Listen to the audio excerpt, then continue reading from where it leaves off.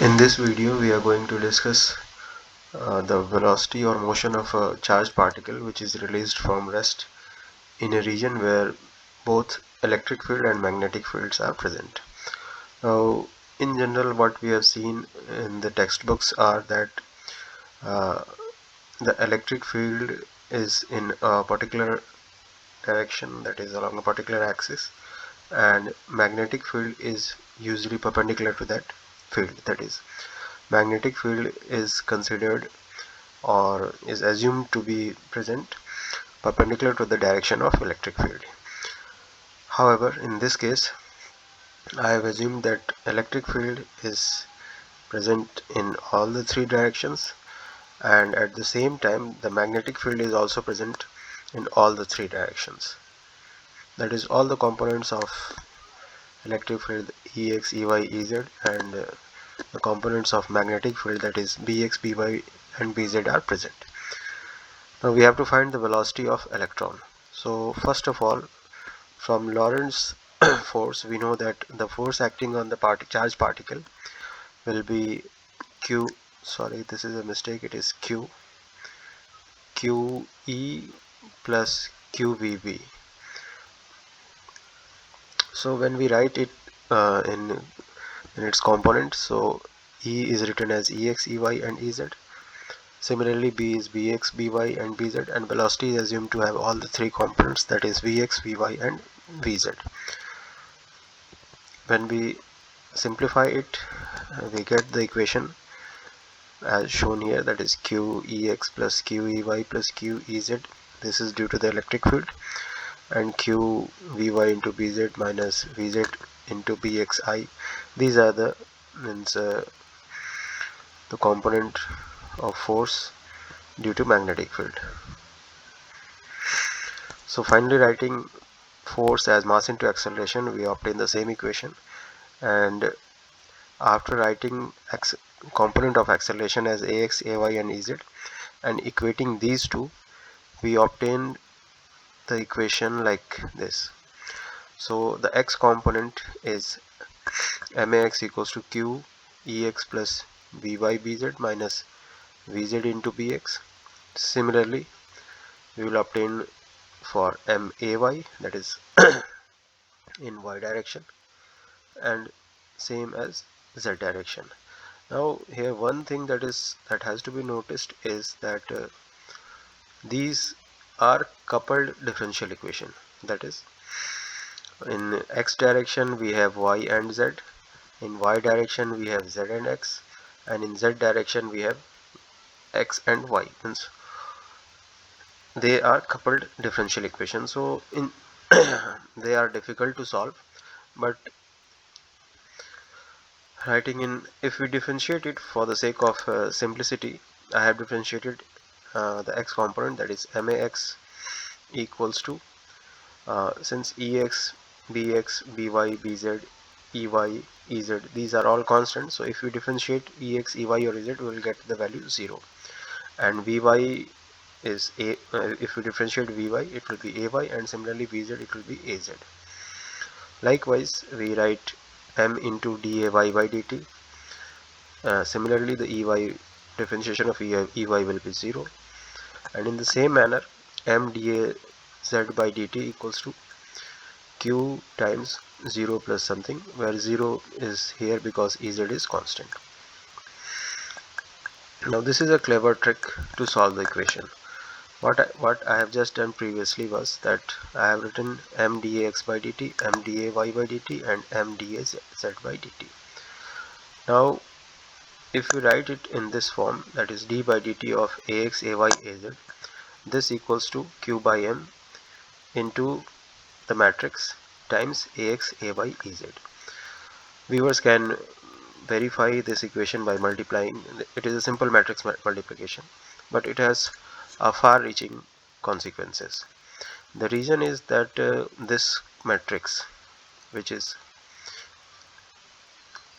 written as q by m in terms of written in form of c equals to q by m multiplied by this skew symmetric matrix.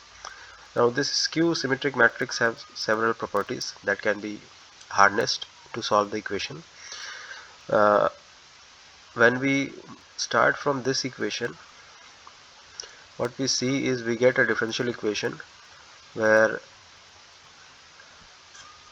dA by dt equals to C into A, where C is a skew symmetric matrix. So we can get a closed form solution, because this is a simple first order differential equation which has some closed form solution. So the solution of this differential equation is AT equals to e to the power Ct into A0, where A0 is initial condition, and this A0 is QEx by m, QEy by m, and QEz by m. Now since C is skew symmetric matrix, we can expand it in terms of Roderick's formula. What I will show is that this is obtained because C was skew symmetric matrix of order 3 by 3. So e to the power Ct equals to this much: I plus sine omega t by omega into C plus 1 minus cos omega t by omega square into C square, multiplied by this initial condition, that is QEx by m, QEy by m, and QEz by m. Now this omega square is q by m whole square, b z square plus by square plus bx square. This is, in fact, omega is a unit vector if we write it in terms of vector. So omega is the direction of rotation of acceleration vector. What we have finally obtained is direction of rotation, and that direction of rotation is the direction of omega, or we can say that it is in fact q by m bxi plus byj plus bzk. Now in the previous these terms, that is I, C and C square, are explained here. I is our identity matrix, usual identity 3 by 3 identity matrix. C we have just given a name, that it is a skew symmetric matrix that comes from calculation, and when this B matrix is divided by Q by M, we are calling it as C. So this is our C matrix earlier defined, and this value is C square. We all know how to multiply C into C. So notice one more thing is that we are getting, when we are multiplying this skew symmetric matrix, C square, that is square of skew symmetric matrix, is a symmetric matrix. You can notice here that is Bx 1 2 equals to 2 1, 3 1 equals to 1 3, likewise. And one more thing about this skew symmetric matrix is that the eigenvalues for this 3 by 3 skew symmetric matrix, first one eigenvalue is definitely going to be 0 because the trace is 0, or we can say if we determine the determinant, that value will be 0, and the other two will be imaginary number, pure imaginary number, and that is why we are getting this solution as one term is sine term, that is the sinusoidal, and another one is again a sinusoidal, that is 1 minus cos omega t. So finally we have obtained acceleration as a function of time, and that equals to I plus sine omega t by omega into C plus 1 minus cos omega t by omega square into C square, multiplied, this whole is multiplied by the initial condition, and that initial condition is QEx by m, QEy by m, and QEz by m. Once acceleration as a function of time is known, we can calculate velocity as a function of time, we can calculate position as a function of time. So our main job is done. Now dv, we can write A as dv by dt, and when we integrate, we know that the charged particle is released from rest, so initial condition for this velocity is 0.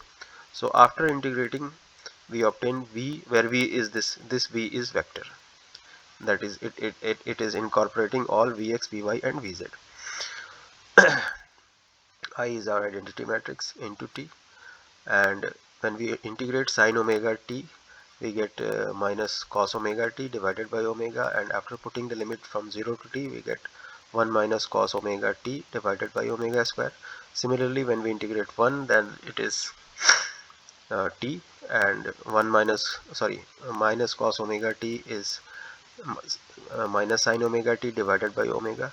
So after substituting this value, we obtain this relation v equals to I into t plus 1 minus cos omega t by omega square into c, where c is our symmetric matrix, skew symmetric matrix, which we have explained earlier. Now, writing the value c into initial condition, c is our q by m, 0 bz minus by minus bz 0 bx, by minus bx and 0, and this is our initial condition. We get this value q by m multiplied by the initial condition and the c matrix. Similarly, c square into initial condition, this value we can write it as q by m whole square, and the c square we have obtained earlier, and this is our initial condition. This I am showing because it will be involved to solve the problem. Now coming to our special case, which are generally discussed in our textbook, where electric field and magnetic field are assumed to be mutually perpendicular. So let us take this as x-axis, positive x-axis, and this as, in horizontal direction we have positive x-axis, and in vertical direction we have positive y-axis. This is our positive y-axis. So and we are assuming that electric field is in one direction, that is along positive x-axis, and magnetic field along positive y-axis. The red point here shown is our charged particle, which is released from rest at origin, that is at coordinate 0 0 0, and the velocity is 0 because it is released from rest. So now when what we have obtained the velocity relation, we will substitute these values. Velocity we have obtained as I into t, 1 minus cos omega t by omega square into c, plus the other terms. So when we substitute, when we multiply this vector, initial condition vector, with I, we obtain qex by m, qey by m, and qz by m multiplied by t. Similarly, when we multiply, I have shown the multiplication in the previous slide, that c into this vector will give us the result this, and similarly c square into this vector will give the result like this. Now what I have done, because I am assuming that magnetic field is along y direction, so x, bx and by is substituted as 0. Similarly, ey can also be because it is multiplying with 0, so I haven't put the value 0. You can use this value as 0. Ey is 0. Similarly, ez, wherever ey is there, you assume it to be 0. Wherever ez is there, you assume it to be 0. Likewise, I have substituted the value of bx, by and bz here in this c square term. So only by is left, other terms are 0. Similarly, this initial condition was that we have only electric field in x direction, so I have substituted these two values as 0. You can substitute here ey as 0, and likewise ez can also be substituted as 0.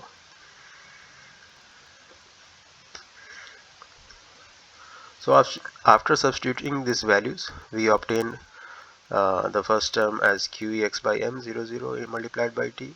Likewise, we obtain the second term and the third term.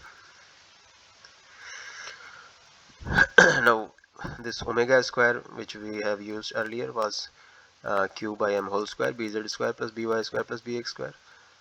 This, after substituting bz and bx as 0, we obtain omega square equals to q by m whole square into by square, which can be further simplified as omega square by q by m whole square into by square equals to 1.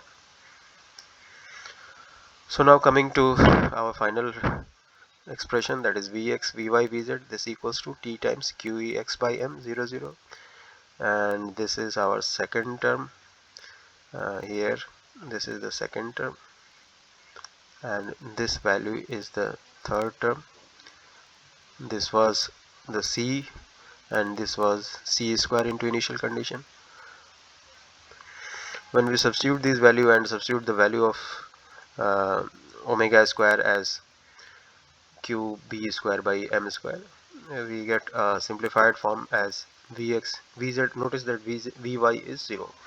That is, since in this case our magnetic field is along y direction, which is in fact the axis of rotation, so there is no velocity along the axis of rotation. That we all know much from this concept of rigid body rotation.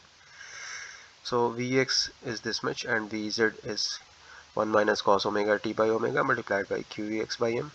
After substituting the value of omega, and since only electric field and magnetic field, electric field is present only along x direction and magnetic field is present along only y direction, so I have omitted ex and by. Rather, I have simply written as ex as e and by as b.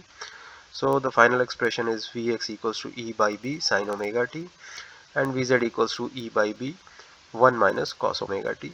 This is the expression which are usually present in our textbooks, assuming electric field and magnetic field to be mutually perpendicular. One more point to be noticed, you can verify from your book also, that along the direction of electric field we have a sine omega t terms, and there is no velocity along the direction of magnetic field, and perpendicular to both electric field and magnetic field there is a velocity, that is in z direction. It is e by b 1 minus cos omega t. Thank you.